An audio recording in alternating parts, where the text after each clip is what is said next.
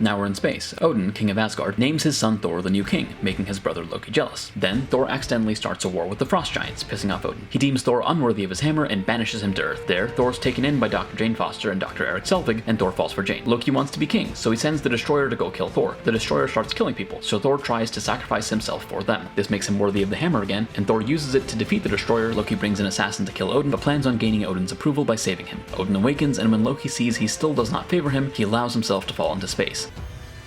Dr. Jane Foster is infected by something called the Ether. Odin says it may kill her and explains that it is the powerful weapon of the Dark Elves, led by Malekith. Then Malekith storms Asgard to get the Ether from Jane and kills Thor's mother Frigga. Thor then breaks Loki out of prison for help. Malekith takes the Ether out of Jane, battles with Thor and Loki, and kills Loki. Thor mourns Loki's death, then he and Jane return to Earth. Malekith uses portals to try and infect all the 9 realms with the Ether, but Thor, Jane, and Selvig battle and eventually kill him. But unbeknownst to Thor, we see that Loki has faked his own death and is now ruling Asgard while disguised as Odin. Gasp.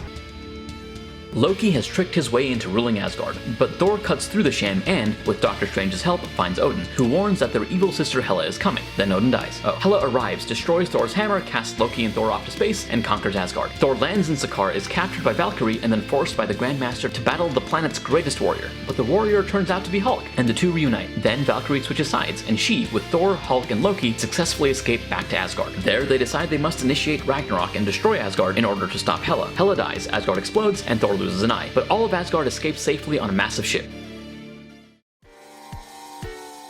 So with the most recent Star Wars trilogy, there's been a lot of talk about how they should have planned out all 3 movies from the beginning, but they didn't do that for the Thor movies, and I actually think that worked in its favor. See, the first Thor movie was okay, second one there's a consensus that it wasn't great, but the third one was amazing. If we had planned out all 3 from the first one, it wouldn't have allowed for this total reinvention in the third film. Not planning and forcing your writers into tough situations like this often leads to really great and innovative storytelling. So I'm glad they didn't plan out the Thor trilogy. Anyway, please go ahead and like the video, go ahead and subscribe if you want to see more, and let me know in the comments what you want to see me summarize next. Thanks for watching.